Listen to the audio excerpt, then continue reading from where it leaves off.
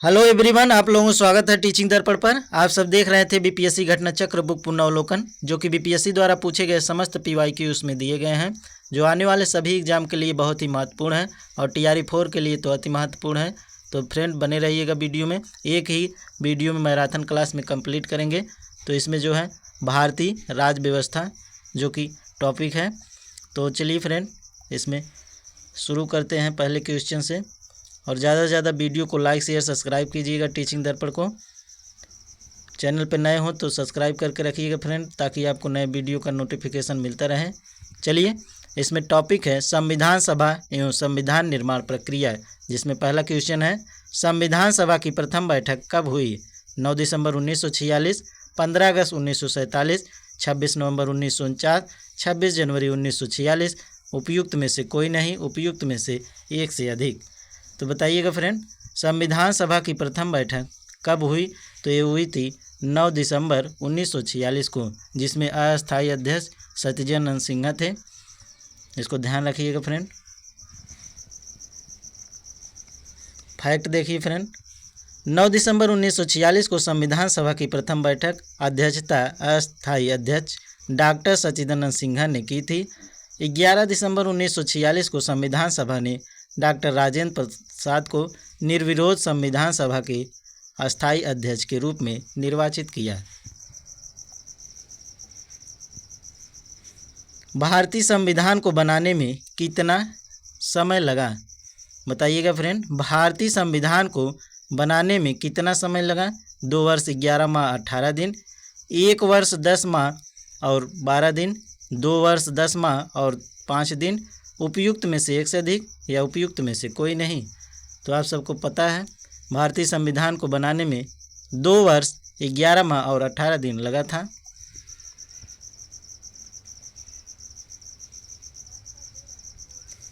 भारतीय संविधान के निर्माण और उनके अंगीकृत होने तक संविधान सभा को कुल 2 वर्ष 11 माह और 18 दिन का समय लगा था। संविधान सभा की पहली बैठक 9 दिसंबर 1946 को हुई थी, जबकि 26 नवंबर 1949 को संविधान को अंगीकृत किया गया था।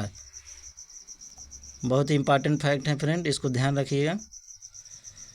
अगला क्वेश्चन है संविधान को 26 जनवरी के दिन लागू होने का निर्णय इसलिए लिया गया क्योंकि कांग्रेस ने इस तिथि को 1930 में स्वतंत्रता दिवस के रूप में मनाया था।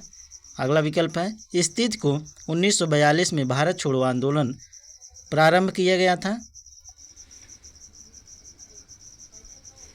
यह एक शुभ दिन था, उपयुक्त में से कोई नहीं। तो बताइएगा फ्रेंड, इसमें संविधान को 26 जनवरी के दिन लागू करने का निर्णय इसलिए लिया गया क्योंकि कांग्रेस ने इस तिथि को 1930 में स्वतंत्रता दिवस के रूप में मनाया था। बहुत ही इंपॉर्टेंट फ्रेंड, इसको ध्यान रखिएगा।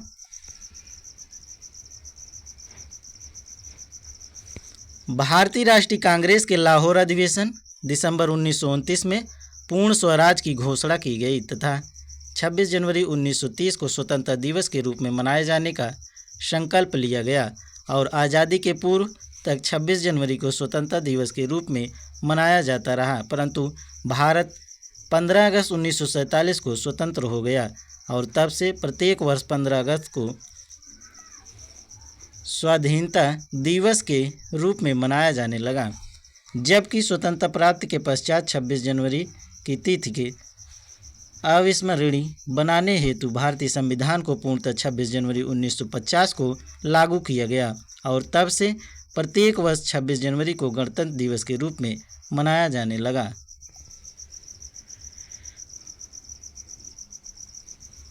अगला क्वेश्चन है फ्रेंड, भारत का संविधान किसके द्वारा ग्रहण किया गया? गवर्नर जनरल, ब्रिटिश संसद, संविधान सभा, भारत की संसद, उपयुक्त में से कोई नहीं, उपयुक्त में से एक से अधिक।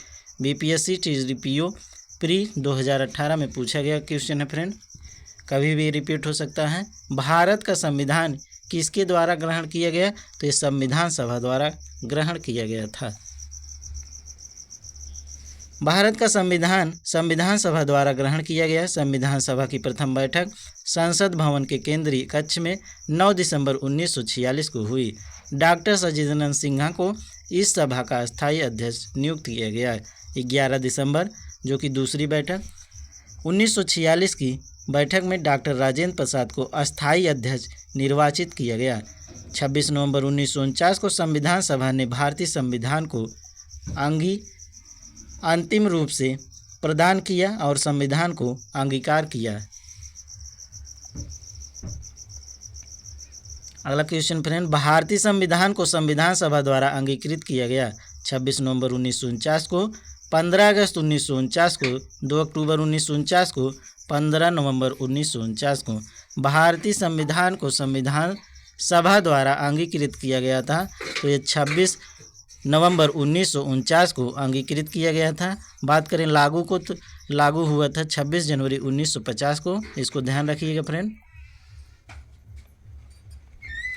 भारतीय संविधान के उद्देश्य क्या, प्रस्तावना में उल्लेख किया गया है कि 26 नवंबर 1949 को भारत के लोगों ने संविधान को अंगीकृत, अधिनियमित और आत्मार्पित किया। संविधान को अपनाने, उसके पूर्ण होने, पारित होने तथा इसको अंतिम रूप देने की तारीख भी 26 नवंबर 1949 को ही माना जाता है।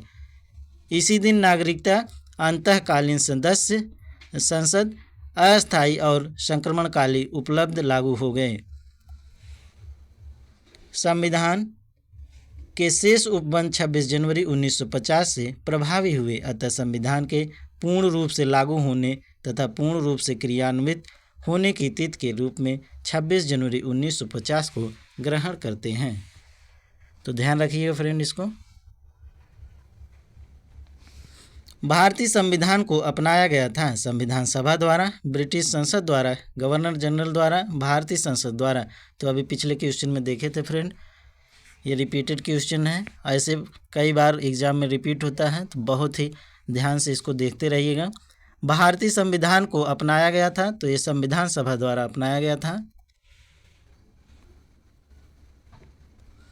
संविधान सभा के 11वें अधिवेशन में 26 नवंबर 1949 को भारतीय संविधान सभा द्वारा अपनाया गया। भारतीय संविधान दिवस मनाया जाता है 26 अक्टूबर, 26 नवंबर, 26 जनवरी, 15 अगस्त को। भारतीय संविधान दिवस मनाया जाता है, तो 26 नवंबर को मनाया जाता है। भारतीय संविधान दिवस 26 नवंबर को मनाया जाता है। भारतीय संविधान 26 नवंबर 1949 को बनकर तैयार और संविधान सभा द्वारा अंगीकृत हुआ और इसके कुछ प्रावधान इसी दिन लागू किए गए थे, जिसके फलस्वरूप इस दिन को संविधान दिवस के रूप में मनाया जाता है। जबकि भारतीय संविधान 26 जनवरी 1950 को पूर्ण रूप से लागू किया गया और 26 जनवरी को गणतंत्र दिवस के रूप में मनाया जाता है। अगला टॉपिक है फ्रेंड, संविधान सभा की प्रमुख समितियां।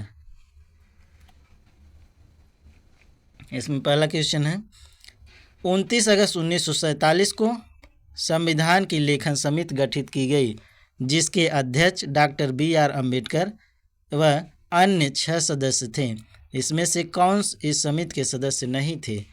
N. गोपाल स्वामी अयंगर, जवाहरलाल नेहरू, कन्हैयालाल मणिकलाल मुंशी, अल्लादी कृष्णा स्वामी अयंगर। तो बताइएगा फ्रेंड, 29 अगस्त 1947 को संविधान की लेखन समिति गठित की गई, जिसके अध्यक्ष डॉक्टर BR अम्बेडकर व अन्य 6 सदस्य। इसमें से कौन इस समिति के सदस्य नहीं थे? नहीं पूछा है फ्रेंड, तो ये जवाहरलाल जो हैं नहीं थे। संविधान सभा के संवैधानिक सलाहकार BN राव द्वारा तैयार की संविधान के प्रारूप पर विचार करने के लिए 29 अगस्त 1947 को डॉक्टर BR अम्बेडकर की अध्यक्षता में गठित लेखन या प्रारूप समिति ड्राफ्टिंग कमेटी के 6 अन्य सदस्य थे। गोपाल स्वामी अयंगर, कन्हैयालाल मणिकलाल मुंशी, अल्लादी कृष्ण स्वामी अय्यर, सैयद मोहम्मद सादुल्लाह, BL मित्र व DP खेतान। इनमें से BL मित्र के स्थान पर N. माधवन राव तथा DP खेतान के वर्ष 1948 में मृत्यु के बाद TT कृष्णाचारी को इस समिति में शामिल किया गया था। जवाहरलाल नेहरू इस समिति के सदस्य नहीं थे।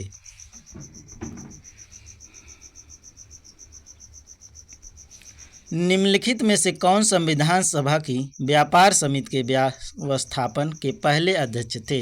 जवाहरलाल नेहरू, सचिदानंद सिन्हा, कन्हैयालाल मणिकलाल मुंशी या हरेंद्र कुमार मुखर्जी। तो बताइएगा फ्रेंड। संविधान सभा के व्यापार समिति के व्यवस्थापन के पहले अध्यक्ष थे, तो ये थे कन्हैयालाल मणिकलाल मुंशी। संविधान सभा के व्यापार समिति के व्यवस्थापन के पहले अध्यक्ष कन्हैयालाल मणिकलाल मुंशी थे। उन्हें कांग्रेस पार्टी के टिकट पर बम्बई अर्थात मुंबई से संविधान सभा के लिए चुना गया था। अगला टॉपिक फ्रेंड, संविधान का स्रोत। भारतीय संविधान के अनुच्छेद 14 में लिखा हुआ है कानून के समझ समानता। इसको ध्यान रखिएगा फ्रेंड। अनुच्छेद 14 में लिखा गया है कानून के समझ समानता किस देश के संविधान से लिया गया है? फ्रांस से, ब्रिटेन से, यूएसए से, उपयुक्त में से एक से अधिक या उपयुक्त में से कोई नहीं। तो बताइए फ्रेंड। भारतीय संविधान के अनुच्छेद 14 में लिखा है कि कानून के समझ समानता ये किस देश के संविधान से लिया गया? तो ये ब्रिटेन के संविधान से लिया गया है। बहुत ही इम्पॉर्टेंट है, इसको ध्यान रखिएगा। भारतीय संविधान का अनुच्छेद 14 कहता है कि राज्य भारत अपनी सीमा के भीतर किसी भी व्यक्ति को विधि के समझ समानता और कानूनों के समान संरक्षण से वंचित नहीं करेगा। इस प्रावधान की विशेष बात यह है कि यह नागरिक या विदेशियों के लिए समान रूप से लागू होता है।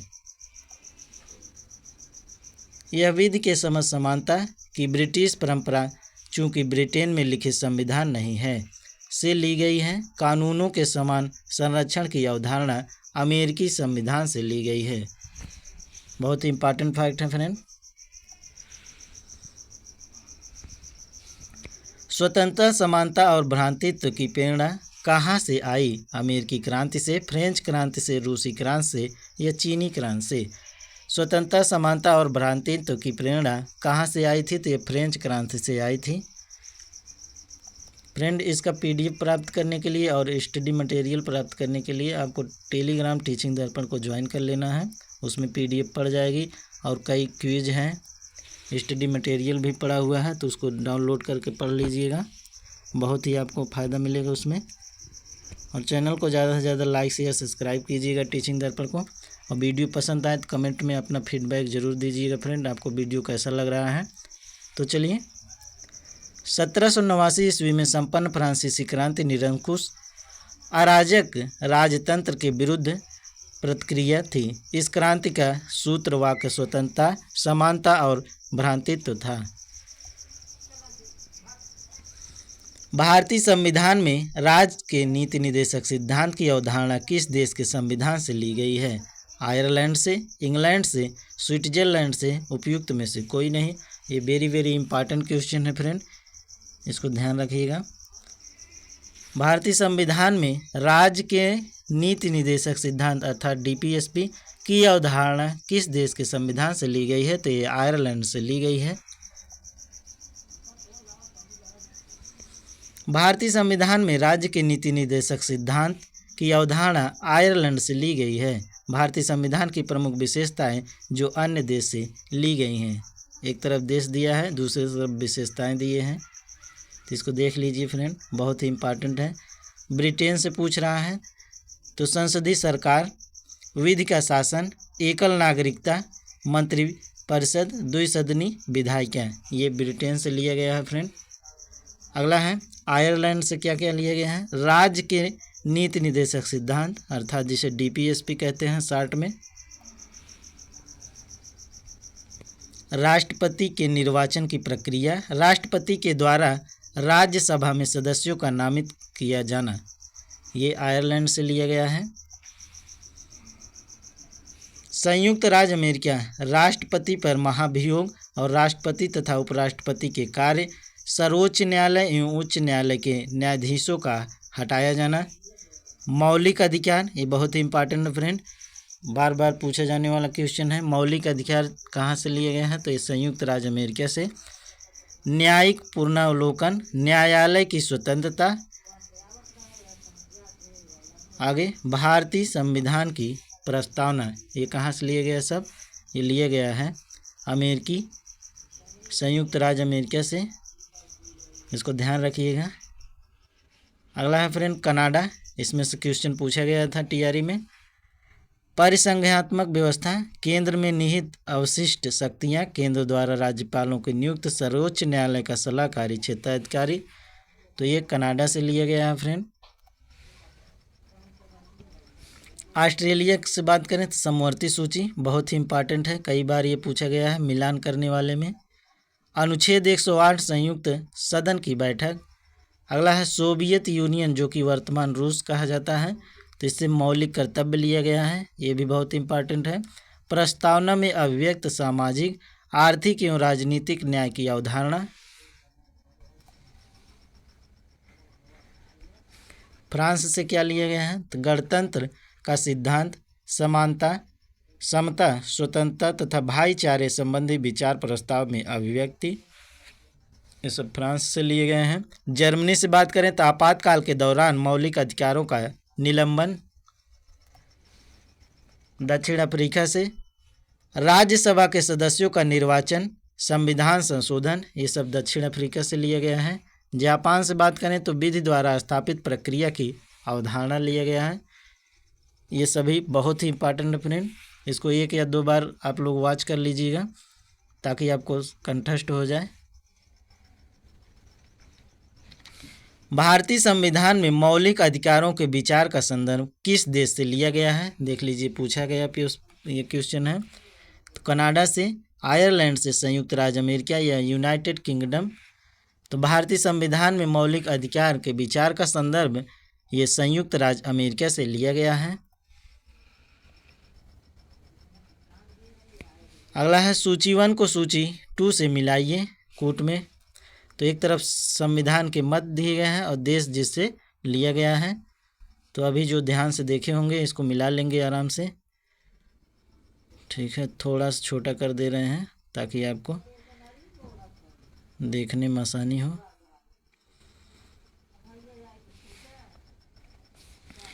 अब दिया है पहला, राज्य के नीति निर्देशक सिद्धांत, ये कहाँ से लिए गए हैं? जिसको डीपीएसपी बोलते हैं, तो ये आयरलैंड से लिया गया है, अभी आप लोग देखे थे। बात करें मौलिक अधिकार की, तो ये संयुक्त राज्य अमेरिका से लिया गया है। और संघ एवं राज्यों के बीच संबंध की समवर्ती सूची, तो समवर्ती सूची अभी बताए थे, एक बहुत ही इंपॉर्टेंट है, तो ये कहाँ से? ऑस्ट्रेलिया से लिया गया है। और भारत राज्यों का संघ, जिसमें केंद्र को अधिक शक्ति प्रदान करने या की गई है, ये टीआरई 3 में पूछा गया क्वेश्चन है फ्रेंड, तो ये कनाडा से लिया गया है। तो इसको मिला लीजिएगा। इसमें जो है डी विकल्प जो है सही है फ्रेंड, 3, 4, 1, 2। अगला क्वेश्चन है, भारतीय संविधान के भाग 4 में राज्य के नीति निर्धारक सिद्धांत वर्णित है। नीति निर्धारक सिद्धांत अर्थात डीपीएसपी की बात कर रहा है।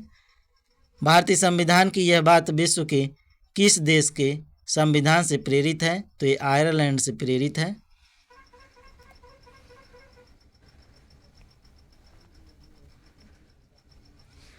भारतीय संविधान में राज्य के नीति निर्देशक सिद्धांत आयरलैंड के संविधान से लिया गया है।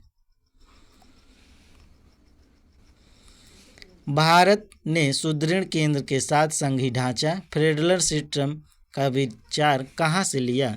यूएसए से, कनाडा से, ऑस्ट्रेलिया से या न्यूजीलैंड से? तो ये कनाडा से लिया था। भारत ने सुदृढ़ केंद्र के साथ संघीय ढांचा का विचार कनाडा संविधान से लिया है। जनहित याचिका की धारणा किस देश से संपन्न हुई है? यूनाइटेड किंगडम, सोवियत गणराज्य यूएसएसआर, ऑस्ट्रेलिया, अमेरिकी गणराज्य यूएसए। उपयुक्त में से कोई नहीं, उपयुक्त में से एक से अधिक। जनहित याचिका की धारणा किस देश से उत्पन्न हुई? तो ये अमेरिकी गणराज्य अर्थात यूएसए से उत्पन्न हुई थी।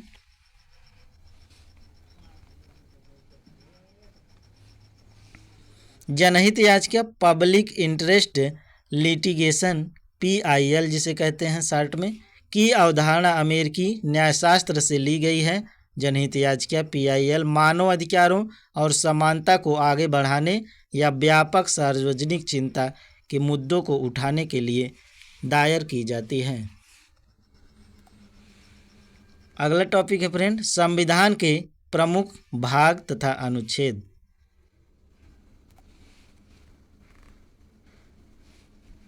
भारतीय संविधान में शामिल हैं 395 अनुच्छेद, 22 भाग, 12 अनुसूची, 371 अनुच्छेद, 21 भाग एवं 11 सूचियाँ, 372 अनुच्छेद, 20 भाग एवं 7 सूचियाँ, 381 अनुच्छेद, 23 भाग एवं 8 सूचियाँ भारतीय संविधान में शामिल हैं।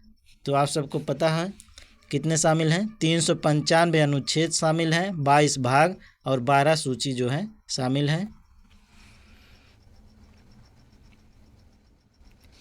भारतीय संविधान में लगभग 450 से अधिक अनुच्छेद हैं, परंतु यह सभी मूल उद्देश्यों अनुच्छेदों के साथ उपखंड अर्थात क, ख, ग आदि के रूप में जुड़े हुए हैं।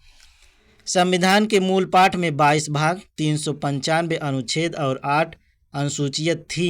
संशोधन के द्वारा कुछ नए अनुच्छेद जोड़े गए और कुछ अनुच्छेद निकाले भी गए। नई अनुसूची भी जोड़ी गई हैं और उनकी संख्या 8 से बढ़कर 12 हो गई है।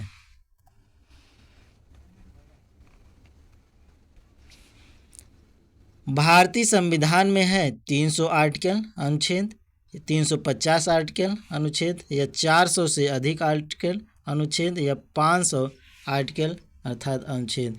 तो भारतीय संविधान में ये 400 से अधिक आर्टिकल अर्थात अनुच्छेद हैं। भारत के संविधान में वर्तमान में शामिल हैं 295 धाराएं, 444 धाराएं, 259 धाराएं, 301 धाराएं। तो ये डिलीटेड क्वेश्चन है फ्रेंड, इसमें बोनस में अंक मिला था। संविधान के किस प्रावधान द्वारा अस्पृश्यता का उन्मूलन किया गया है? अनुच्छेद 14, अनुच्छेद 21, अनुच्छेद 17, अनुच्छेद 19।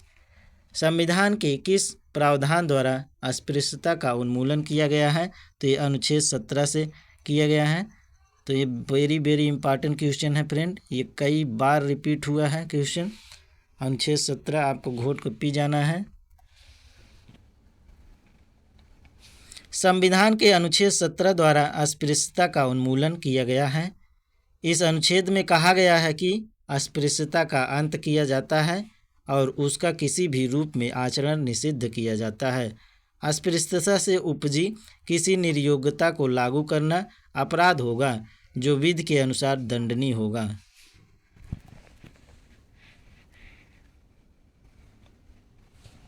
भारतीय संविधान का कौन सा अनुच्छेद संवैधानिक प्रावधानों का संघीय संसद राज्य विधान पालिकाओं द्वारा बनाए गए नियमों कानून का प्राथमिकता प्रदान करता है? तो 13 है, 32 है या 245 या 326। तो बताइएगा फ्रेंड ये कितना है?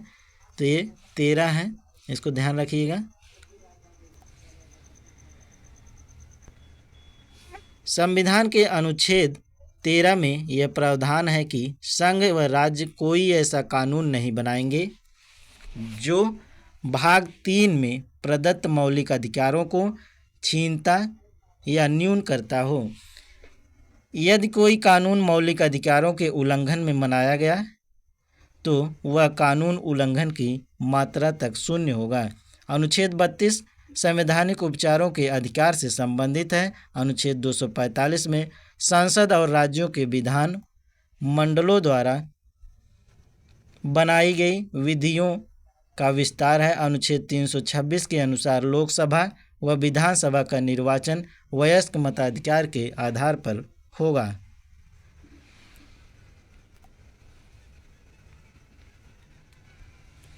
भारतीय संविधान का अनुच्छेद 300 किससे संबंधित है? मुकदमे तथा कार्यवाही, सरकारी ठेके, महान्यायवादी, व्यापार तथा वाणिज्य पर प्रतिबंध, उपयुक्त में से कोई नहीं, उपयुक्त में से एक से अधिक।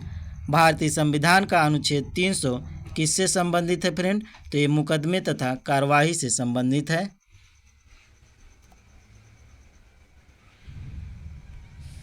भारतीय संविधान के अनुच्छेद 300 के अंतर्गत वाद या कार्यवाहियों का उल्लेख है। अनुच्छेद 302 में व्यापक वाणिज्य और समागम पर निर्बंध आरोपित करने की संसद की शक्ति और अनुच्छेद 76 का भारत का महान्यायवादी का उल्लेख है। किस या किन अनुच्छेद के अंतर्गत अध्यक्ष सदन के किसी सदस्य को उसकी मातृभाषा में बोलने की इजाज़त दे सकता है? अनुच्छेद 110 1, अनुच्छेद 122 2, अनुच्छेद 120 1 ए और बी दोनों। तो किन अनुच्छेद के अंतर्गत अध्यक्ष सदन के किसी सदस्य को उनकी मातृभाषा में बोलने की इजाज़त दे सकता है? तो वो है अनुच्छेद 120 1। भारतीय संविधान के अनुच्छेद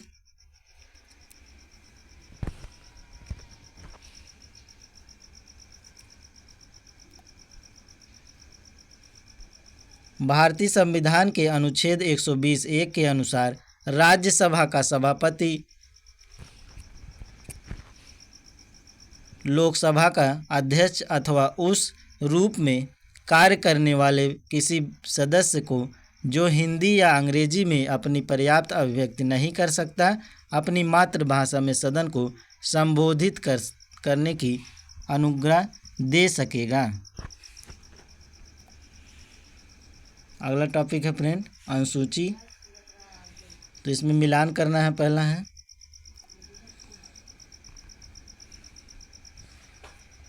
दिया है संघीय सूची, राज्य सूची और समवर्ती सूची। तो इसमें मिलान करना है। तो संघीय सूची जो हो जाएगा 97 प्रविष्टियाँ, राज्य सूची में 66 प्रविष्टियाँ और समवर्ती सूची में 47 प्रविष्टियाँ हैं। वर्तमान में चेंज हो गई हैं। तो इसमें बी विकल्प सही है फ्रेंड, ए और सी और बी। तो पहला का ए है, दूसरे सी है और तीसरे का बी है। संघीय सूची की बात करें तो ये 97 प्रविष्टियाँ हैं और वर्तमान में गणना अनुसार जो है 98 हो गई हैं। राज्य सूची की बात करें तो 66 प्रविष्टियाँ हैं, वर्तमान में गणना अनुसार 59 है। समवर्ती सूची ये 47 प्रविष्टियाँ हैं, वर्तमान में गणना अनुसार जो कि 52 हो गई हैं। भूमि सुधार के विषयों के अंतर्गत है शुंग सूची, समवर्ती सूची, राज्य सूची, इनमें से कोई नहीं। भूमि सुधार के विषय में के अंतर्गत है तो ये है राज्य सूची। भूमि सुधार राज्य सूची का विषय है, इसको ध्यान रखिएगा फ्रेंड। भारतीय संविधान की किस सूची में शपथ या शपथ पत्र के प्रारूप दिए गए हैं? दूसरी सूची, तीसरी सूची, चौथी सूची या पांचवी सूची में? भारतीय संविधान की किस सूची में शपथ या शपथ पत्र के प्रारूप दिए गए हैं? तो ये तीसरी सूची में दिए गए हैं।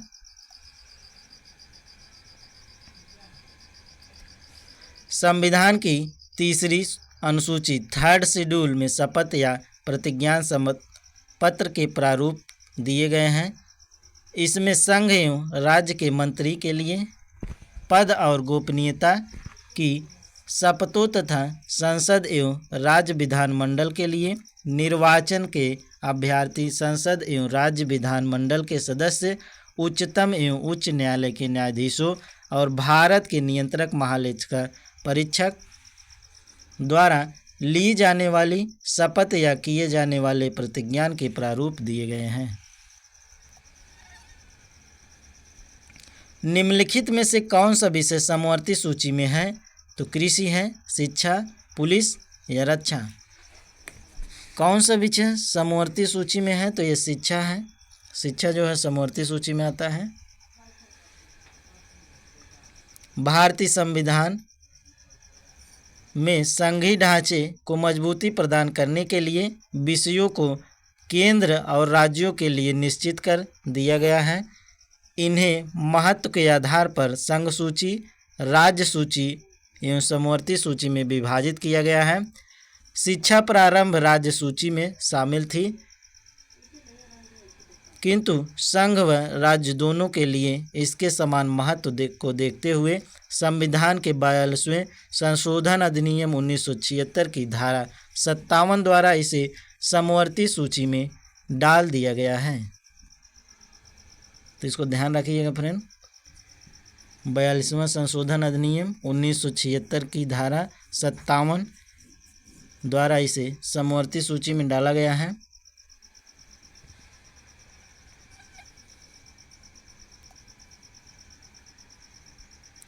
निम्नलिखित में से क्या संविधान की 11वीं अनुसूची में शामिल नहीं है? पुस्तकालय, ईंधन और चारा, ग्रामीण खेल, तकनीक प्रशिक्षण। तो बताइएगा फ्रेंड, ये 11वीं अनुसूची में क्या शामिल नहीं है? तो ये जो ग्रामीण खेल है ये शामिल नहीं है, इसको ध्यान रखिएगा। ग्रामीण खेल जो है ये शामिल नहीं है।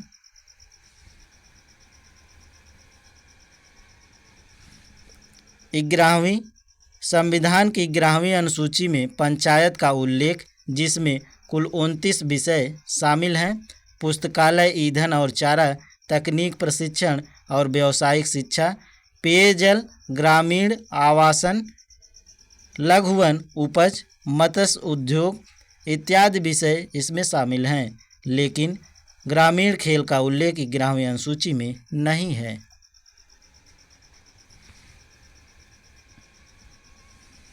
जानवरों के प्रति क्रूरता की रोकथाम को भारतीय संविधान की किस सूची में रखा गया है? केंद्र सूची, राज्य सूची, समवर्ती सूची या उद्देशिका।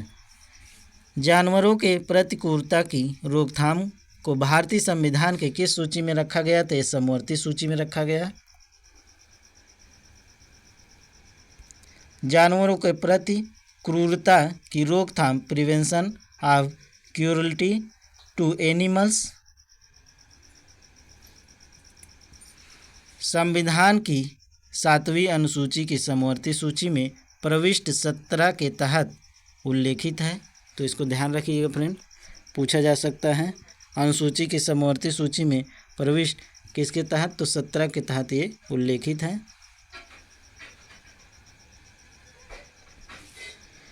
भारतीय संविधान की निम्नलिखित अनुसूचियों में से किसमें राज्यों की परिषदों में सीटों के आवंटन का प्रावधान समाविष्ट है? तो प्रथम में, तीसरी में, 5वीं या चौथी में। तो भारतीय संविधान के निम्नलिखित अनुसूचियों में से किसमें राज्यों की परिषद में सीटों की आवंटन के प्रावधान समाविष्ट है? तो ये चौथी में समाविष्ट है।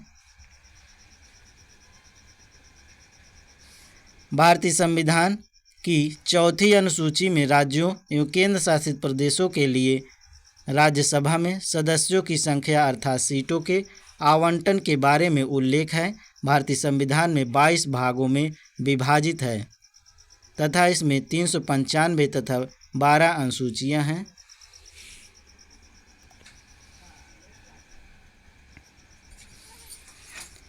पांचवी अनुसूची किस विशिष्ट समूह के लोगों के शासन और हितों की सुरक्षा से संबंधित है?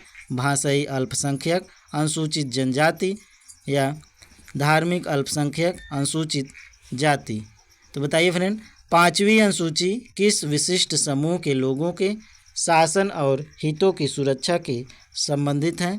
तो किससे संबंधित है फ्रेंड? ये संबंधित है अनुसूचित जनजाति से। इसको ध्यान रखिएगा, डी विकल्प सही है। पांचवी अनुसूची अनुसूचित जनजाति के लोगों के शासन और हितों की सुरक्षा से संबंधित है। भारतीय संविधान की 5वीं अनुसूची के अंतर्गत अनुसूचित क्षेत्रों और अनुसूचित जनजातियों के प्रशासन और नियंत्रण के बारे में उपबंध किया गया है। इस अनुसूची में प्रावधानित उपबंधों के अंतर्गत प्रत्येक राज्य के राज्यपाल का यह कर्तव्य है कि वह प्रतिवर्ष या राष्ट्रपति द्वारा अपेक्षा किए जाने पर उस राज्य की अनुसूचित क्षेत्रों के प्रशासन के संबंध में राष्ट्रपति को प्रतिवेदन देगा। भारतीय संविधान की 10वीं अनुसूची का संबंध है दल बदल प्रतिरोध विधान से, पंचायती राज से।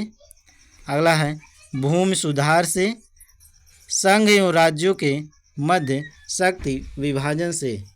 तो बताइएगा फ्रेंड। भारतीय संविधान की 10वीं अनुसूची है, तो 10 से 10 और 10 से दल बदल, इसको ध्यान रखिएगा। इसकी ट्रिक है, इसमें भी देखिए द लिखा है, इसमें भी द, तो इसको ध्यान रख लीजिएगा फ्रेंड। 10 से 10वीं और 10 से दल बदल प्रतिरोधी अधिनियम या विधान।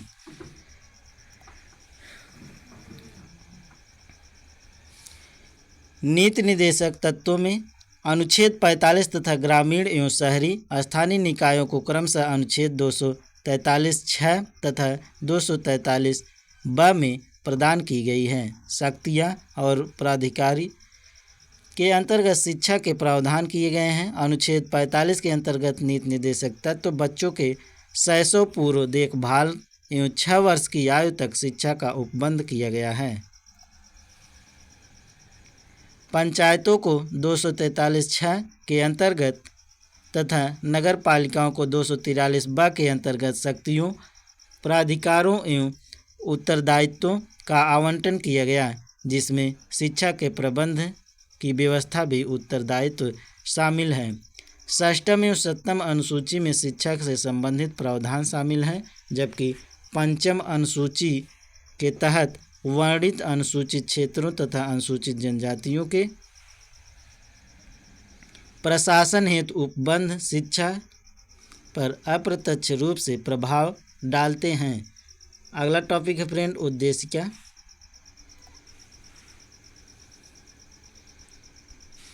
भारतीय संविधान की प्रस्तावना में सिलसिले में निम्नलिखित में से कौन सा क्रम सही है? गणतंत्र, जनवादी, धर्मनिरपेक्ष, समाजवादी, सार्वभौम, सत्ता संपन्न। अगला फ्रेंड सार्वभौम, सत्ता संपन्न, समाजवादी, जनवादी, धर्मनिरपेक्ष और गणतंत्र। अगला है सार्वभौम, सत्ता संपन्न, जनवादी, धर्मनिरपेक्ष, समाजवादी, गणतंत्र। अगला है सार्वभौम, सत्ता संपन्न, समाजवादी, धर्मनिरपेक्ष, जनवादी और गणतंत्र। तो आपको बताना है फ्रेंड, बताइए। 40वीं बीपीएससी प्री 1995 में ये पूछा गया क्वेश्चन है फ्रेंड। भारतीय संविधान की प्रस्तावना के सिलसिले में निम्नलिखित में से कौन सा सही क्रम है? तो इसको घोट के पी जाइएगा फ्रेंड। इसमें डी विकल्प सही है, सार्वभौम। अगला है सत्ता संपन्न, समाजवादी, धर्मनिरपेक्ष, जनवादी और गणतंत्र। तो इसका डी विकल्प जो है सही है फ्रेंड। पहले सार्वभौम होगा, उसके बाद सत्ता संपन्न, उसके बाद समाजवादी, धर्मनिरपेक्ष, उसके बाद जनवादी, गणतंत्र। इसको ध्यान रखिएगा। प्रश्न में दिए गए शब्द भारतीय संविधान की प्रस्तावना में वर्णित किए गए हैं। ये भारतीय राज्य व्यवस्था के स्वरूप के वर्णन करते हैं। इनमें से समाजवादी और धर्मनिरपेक्ष शब्द मूल संविधान में नहीं थे। इन्हें 42वें संशोधन द्वारा जोड़ा गया। जोड़े जाने के पश्चात संविधान में इन शब्दों का निर्धारित क्रम, ठीक है, इसको ध्यान रखिएगा फ्रेंड। निर्धारित क्रम क्या है? तो सार्वभौम है पहले, उसके बाद सत्ता संपन्न, उसके बाद समाजवादी, पंथ निरपेक्ष। पंथ निरपेक्ष को धर्मनिरपेक्ष भी लिखा जाता है कहीं कहीं पे, तो इसको ध्यान रखिएगा। पंथ निरपेक्ष को ही धर्मनिरपेक्ष कहते हैं। अगला है जनवादी और गणतंत्र। ध्यान रखने योग्य तथ्य है कि संविधान में उल्लिखित शब्द ये हैं: संपूर्ण प्रभुत्व संपन्न, समाजवादी, पंथ निरपेक्ष, लोकतंत्रात्मक गणराज्य। तो इसको ध्यान रखिएगा फ्रेंड। वीडियो पसंद आए फ्रेंड तो लाइक शेयर सब्सक्राइब कीजिएगा। टीचिंग दर्पण को सब्सक्राइब इसलिए कीजिएगा ताकि आपको नए नए वीडियो का नोटिफिकेशन मिलता रहे, और अपना फीडबैक ज़रूर दीजिएगा कमेंट में कि आपको वीडियो कैसा लग रहा है, अगला किस टॉपिक पे आपको वीडियो चाहिए। तो चलिए फ्रेंड अगला क्वेश्चन देखते हैं। भारतीय संविधान की प्रस्तावना में भारत को किस रूप में घोषित किया गया है? एक सार्वभौम प्रजातांत्रिक गणतंत्र, एक समाजवादी प्रजातांत्रिक गणतंत्र।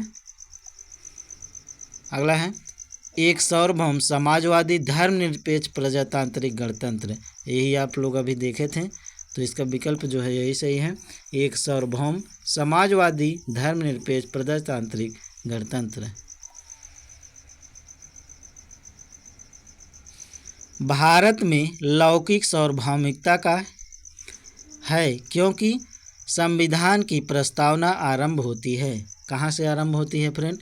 तो आप सब जानते हैं, प्रजातांत्रिक भारत शब्दों से, जनता के जनतंत्र शब्दों से, जनता के लोकतंत्र शब्दों से, हम भारत के लोक शब्दों से। तो आप लोग प्रस्तावना पढ़े होंगे, उसमें दिया गया है भारत में लौकिक सार्वभौमिकता है क्योंकि संविधान की प्रस्तावना आरंभ होती है। तो कहाँ से आरंभ होती है? हम भारत के लोक से, लोक शब्दों से जो है संपन्न होती है। तो इसको ध्यान रखिएगा फ्रेंड। पिछला वीडियो ना देखे हो, बिहार स्पेशल का जो पूरा कंप्लीट कराया गया है वीडियो, 3 वीडियो में मैराथन क्लास में, तो उसको देख लीजिएगा, आपको बहुत ही बेनिफिट मिलेगा। और चैनल को ज़्यादा से ज़्यादा लाइक शेयर सब्सक्राइब कीजिएगा। चलिए इसका फैक्ट देखते हैं। भारतीय संविधान की प्रस्तावना हम भारत के लोग शब्दों से शुरू होती हैं, अतः भारत में लौकिक सार्वभौमिकता है। इसका अर्थ है जनता सर्वशक्तिमान है और किसी बाह्य सत्ता के अधीन नहीं। निम्न शब्दों पर विचार करें: समाजवादी, प्रजातांत्रिक, सार्वभौम, धर्मनिरपेक्ष। इसको विचारानुसार क्रम में दीजिएगा फ्रेंड। तो बताइएगा इसको कैसे कैसे बैठेगा इसका। अभी आप लोग पढ़े थे, तो इसमें जो है पहले सार्वभौमिक हो जाएगा, उसके बाद समाजवादी, उसके बाद धर्मनिरपेक्ष, उसके बाद प्रजातांत्रिक। तो इसका ए विकल्प सही है, CADB। फिर से देख लीजिए फ्रेंड, इसका क्या हो जाएगा? पहले सार्वभौम होगा, ठीक, उसके बाद समाजवादी, उसके बाद धर्मनिरपेक्ष, उसके बाद प्रजातांत्रिक। तो ये विकल्प सही है। भारतीय संविधान की प्रस्तावना में भारत को एक सार्वभौम समाजवादी पंथ निरपेक्ष प्रजातांत्रिक गणतंत्र के रूप में घोषित किया गया है। उल्लेखनीय है कि भारतीय संविधान में पंथ निरपेक्ष शब्द का उल्लेख किया गया है, ना कि धर्मनिरपेक्ष। तो इसको ध्यान रखिएगा फ्रेंड। भारत के संविधान की प्रस्तावना में निम्नलिखित में से किस एक को पहले मुख्य रूप से सम्मिलित नहीं किया गया था? स्वतंत्रता और समानता को, धर्मनिरपेक्ष और प्रजातंत्र को, समाज और समानता को, समाजवाद और धर्मनिरपेक्षता को। तो आप सबको मालूम है, भारत के संविधान की प्रस्तावना में निम्नलिखित में से किस एक को पहले मुख्य रूप से सम्मिलित नहीं किया गया था? तो किसको नहीं किया गया था? ये समाजवाद और धर्मनिरपेक्षता को सम्मिलित नहीं किया गया था।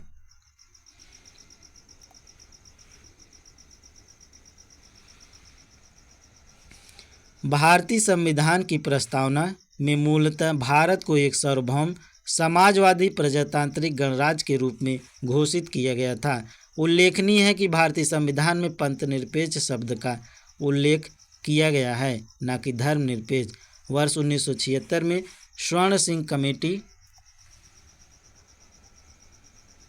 की सिफारिश के आधार पर 42वें संविधान संशोधन के बाद प्रस्तावना में ये 3 नए शब्द समाजवादी, पंथ निरपेक्ष और अखंडता जोड़े गए हैं। इसको ध्यान रखिएगा फ्रेंड। भारतीय संविधान की प्रस्तावना में समाजवादी शब्द किस संशोधन के तहत जोड़ा गया? तो 42वें संशोधन, 44वां संशोधन, 46वां संशोधन, 74वां संशोधन। तो आप सब अभी पढ़े थे पिछले में। समाजवादी शब्द किस संशोधन में? तो ये 42वें संशोधन से जोड़ा गया था। 42वां संशोधन अधिनियम 1976 द्वारा भारतीय संविधान की प्रस्तावना में समाजवादी, पंथ निरपेक्ष और अखंडता 3 नए शब्द जोड़े गए हैं।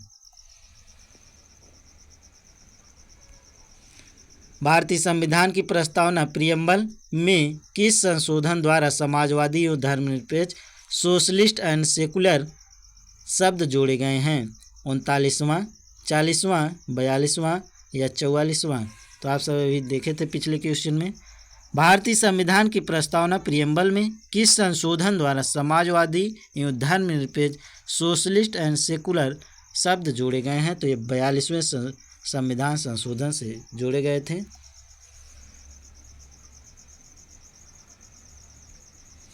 निम्नलिखित में से कौन सा भारतवर्ष को एक धर्मनिरपेक्ष राज्य के रूप में वर्णित करता है? मौलिक अधिकार, 9वीं सूची, मौलिक कर्तव्य, संविधान की प्रस्तावना। तो बताइएगा फ्रेंड, निम्नलिखित में से कौन सा भारतवर्ष को एक धर्मनिरपेक्ष राज्य के रूप में वर्णित करता है? तो ये संविधान की प्रस्तावना जो है वर्णित करता है।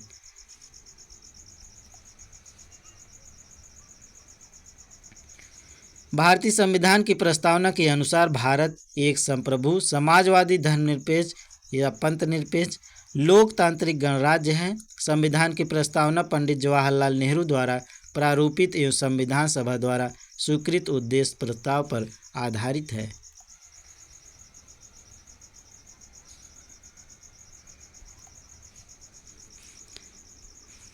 निम्नलिखित में से किसे भारतीय संविधान की आत्मा अर्थात सोल कहा जाता है?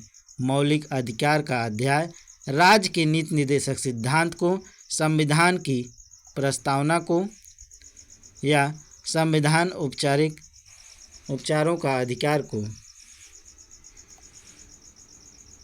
बताइएगा फ्रेंड, किसे भारतीय संविधान की आत्मा अर्थात सोल कहा जाता है? तो संविधान की प्रस्तावना को कहा जाता है फ्रेंड, इसको ध्यान रखिएगा। संविधान की प्रस्तावना को कहा जाता है।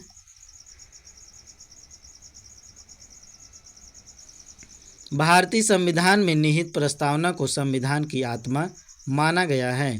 भारतीय संविधान की प्रस्तावना में भारत को एक संपूर्ण प्रभुत्व संपन्न समाजवादी पंथनिरपेक्ष लोकतंत्रात्मक गणराज्य के रूप में घोषित किया गया। अगला टॉपिक है फ्रेंड शासन प्रणाली। इसमें पहला क्वेश्चन है, भारतीय संविधान की प्रकृति क्या है? संघीय है, एकात्मक है, संसदीय है या प्रकृति में संघीय किंतु भावना में एकात्मक है? तो बताइएगा फ्रेंड, भारतीय संविधान की प्रकृति क्या है? तो ये है प्रकृति में संघीय किंतु भावना में एकात्मक। संविधान वेत्ताओं ने संविधान को मुख्यतः 2 वर्गों में विभाजित किया। पहला है संघात्मक और दूसरा है एकात्मक। एकात्मक संविधान वह संविधान है जिसके अंतर्गत सारी शक्तियां एक ही सरकार में निहित होती हैं, जो प्रायः केंद्रीय सरकार होती है। इसमें प्रांतों के केंद्रीय सरकार के अधीन रहना पड़ता है।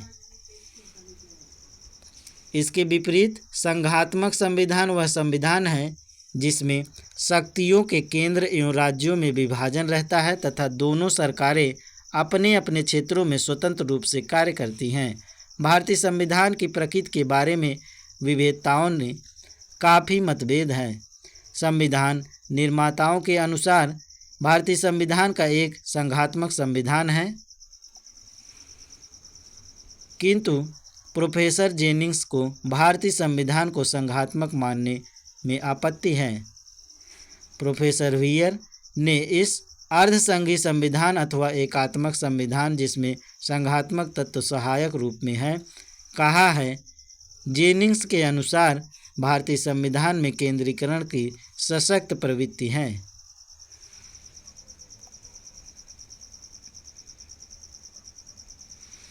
अतः उपयुक्त विश्लेषण से हम कह सकते हैं कि भारतीय संविधान न तो विशुद्ध संघात्मक है न ही विशुद्ध एकात्मक है, बल्कि यह प्रकृति में संघीय किंतु भावना में एकात्मक है। भारतीय राजनीतिक व्यवस्था में इनमें से कौन सर्वोच्च है? सर्वोच्च न्यायालय, संविधान, संसद या धर्म? भारतीय राजनीतिक व्यवस्था में इनमें से कौन सर्वोच्च है? तो संविधान जो है सर्वोच्च है।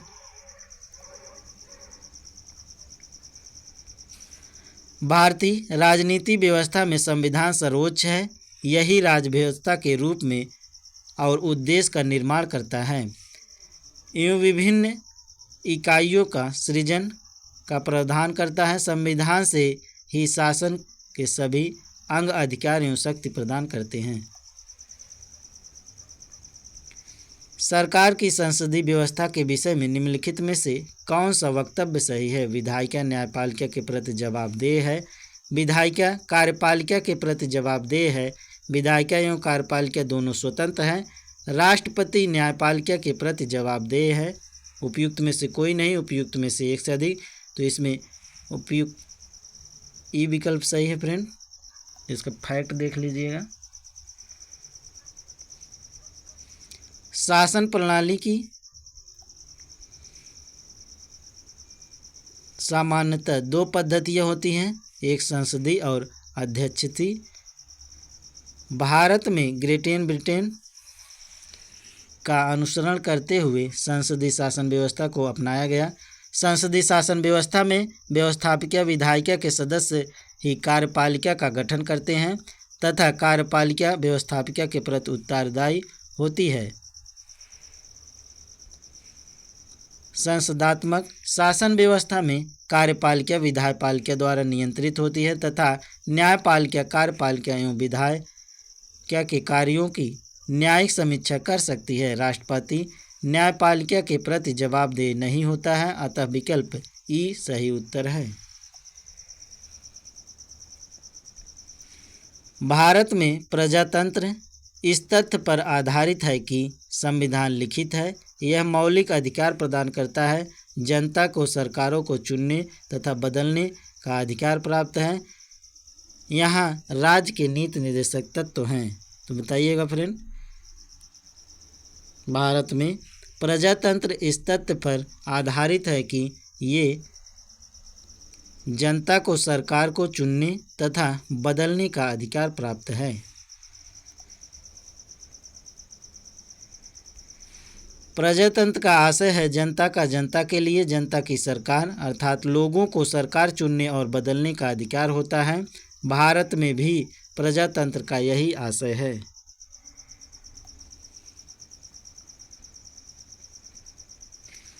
विधि का नियम या कानून का अधिराज्य का मतलब क्या है? सभी के लिए एक कानून और सभी के लिए एक न्यायतंत्र, सभी के लिए एक कानून और सभी के लिए एक राज्य, सभी के लिए एक राज्य और सभी के लिए एक न्यायतंत्र, एक के लिए सभी कानून और सभी के लिए न्यायतंत्र। तो बताइएगा फ्रेंड, इसमें आपको कौन सा विकल्प सही लग रहा है? विधि का नियम या कानून का अधिराज्य का क्या मतलब है? तो ये मतलब होता है इसका सभी के लिए एक कानून और सभी के लिए एक न्यायतंत्र।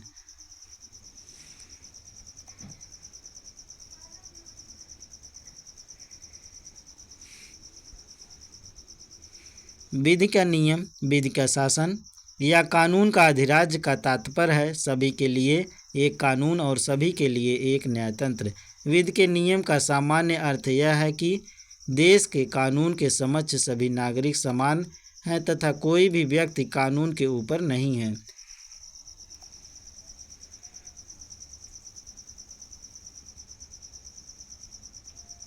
साथ ही कानून किसी व्यक्ति के साथ धर्म, जाति, लिंग के आधार पर भेद नहीं कर सकता है।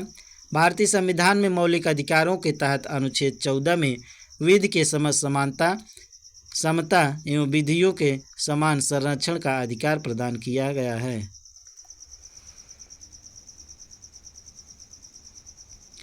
भारतीय शासन में विभाजन प्रणाली किससे संबंधित है? लेखा परीक्षण लेखा से, केंद्र राज्य से, नीति कार्यान्वयन से, अखिल भारतीय सेवाएं और केंद्रीय सेवाएं से। उपयुक्त में से कोई नहीं, उपयुक्त में से एक से अधिक। तो भारतीय प्रशासन में विभाजन प्रणाली किससे संबंधित है? तो ये संबंधित है नीति कार्यान्वयन से।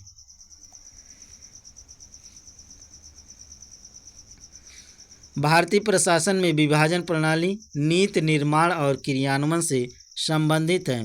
इसमें सचिवालय नीति निर्माण करता है जबकि क्रियान्वयन संबंधित निकाय एजेंसी द्वारा किया जाता है।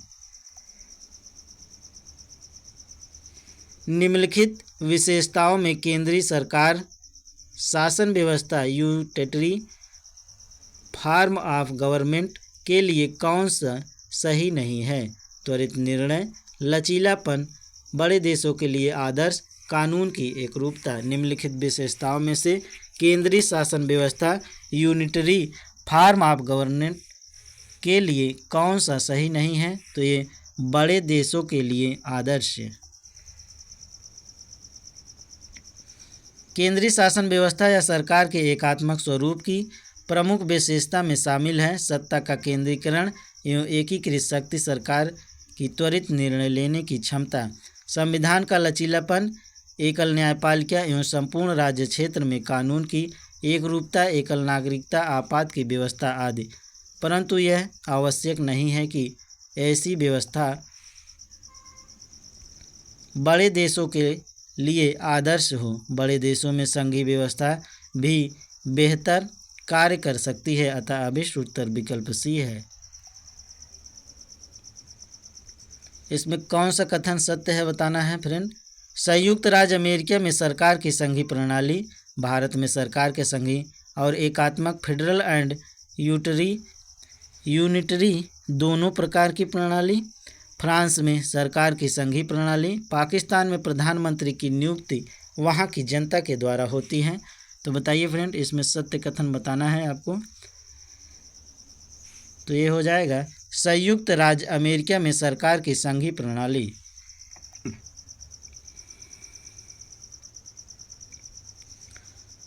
अमेरिका के संविधान में संघीय प्रणाली का स्पष्ट उल्लेख है। भारत के संविधान में भारत के राज्यों का संघ बताया गया है, किंतु संविधान के कतिपय प्रावधान राज्यों की अपेक्षा केंद्र को ज़्यादा शक्तिशाली बनाने पर जोर देते हैं। इससे कुछ विद्वान और भारत के संविधान को संघात्मक एवं एकात्मक प्रणालियों का मिश्रण मानते हैं, किंतु भारतीय संविधान एकात्मक प्रणाली का लक्षण लिए हुए मूल रूप से संघीय संविधान है, यह सब मानना ज़्यादा उचित है। अगला टॉपिक है फ्रेंड, राज्य एवं संघ राज्य क्षेत्र। इसमें बताना पहला क्वेश्चन, दिल्ली है एक राज्य, एक केंद्र शासित प्रदेश, एक स्वायत्तशासी परिषद या इनमें से कोई नहीं? तो सबको पता है फ्रेंड, दिल्ली क्या है? एक केंद्र शासित प्रदेश है। संविधान की प्रथम अनुसूची के अनुसार दिल्ली एक संघ राज्य क्षेत्र या केंद्र शासित प्रदेश है। सिक्किम भारत का एक नया राज्य बनाया गया था 30वें संशोधन के अंतर्गत, 32वें संशोधन के अंतर्गत, 35वें संशोधन के अंतर्गत या 42वें संशोधन के अंतर्गत। सिक्किम भारत का एक राज्य बनाया गया था, तो ये 35वें संशोधन के अंतर्गत बनाया गया था। 35वें संशोधन 1974 के द्वारा सिक्किम को भारत में संयुक्त राज्य एसोसिएट स्टेट के रूप में शामिल किया गया था। 36वें संविधान संशोधन 1975 द्वारा सिक्किम को 22वां राज्य पूर्ण राज्य का दर्जा प्रदान किया गया। तो फ्रेंड, अब तक वीडियो को लाइक शेयर सब्सक्राइब न किए हों तो कर दीजिएगा टीचिंग दर्पण को, और पिछला वीडियो न देखे हों तो देख लीजिएगा फ्रेंड, आपको डिस्क्रिप्शन में इसका लिंक मिल जाएगा, जो कि बिहार स्पेशल पूरा कंप्लीट कराया गया है 3 वीडियो में मैराथन क्लास में, जिसमें आपको बहुत ही महत्वपूर्ण टॉपिक उसमें कराया गया है, जो कि आपको बहुत ही बेनिफिट मिलेगा। तो चलिए फ्रेंड, अगला क्वेश्चन देखते हैं। सिक्किम भारतीय संघ का पूर्ण राज्य बन गया 1976 में, 1974 में, 1975 में, उपयुक्त में से कोई नहीं। सिक्किम भारतीय संघ का पूर्ण राज्य बन गया तो 1975 में बना।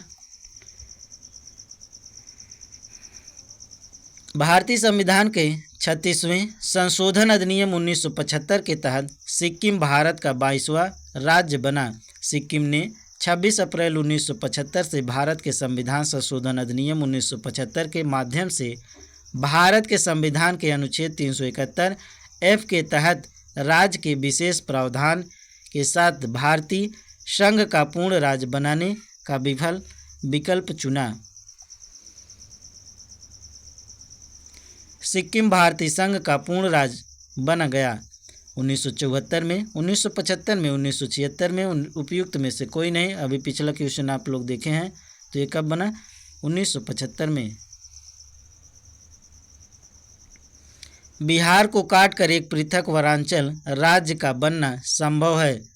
राज्य विधानसभा में कानून पारित करके, राज्यपाल द्वारा अध्यादेश को पारित करके या संवैधानिक औपचारिकता को समाप्त करके इनमें से कोई नहीं।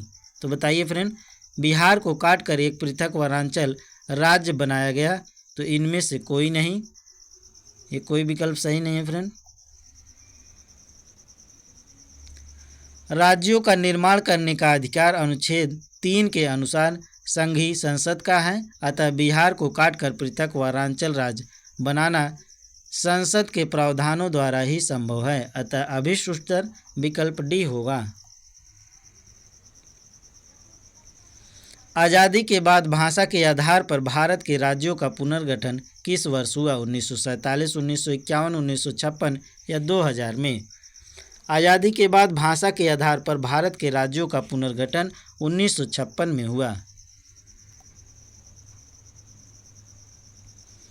राज्य पुनर्गठन अधिनियम 1956 द्वारा भाषाई आधार पर राज्यों का पुनर्गठन वर्ष 1956 में किया गया।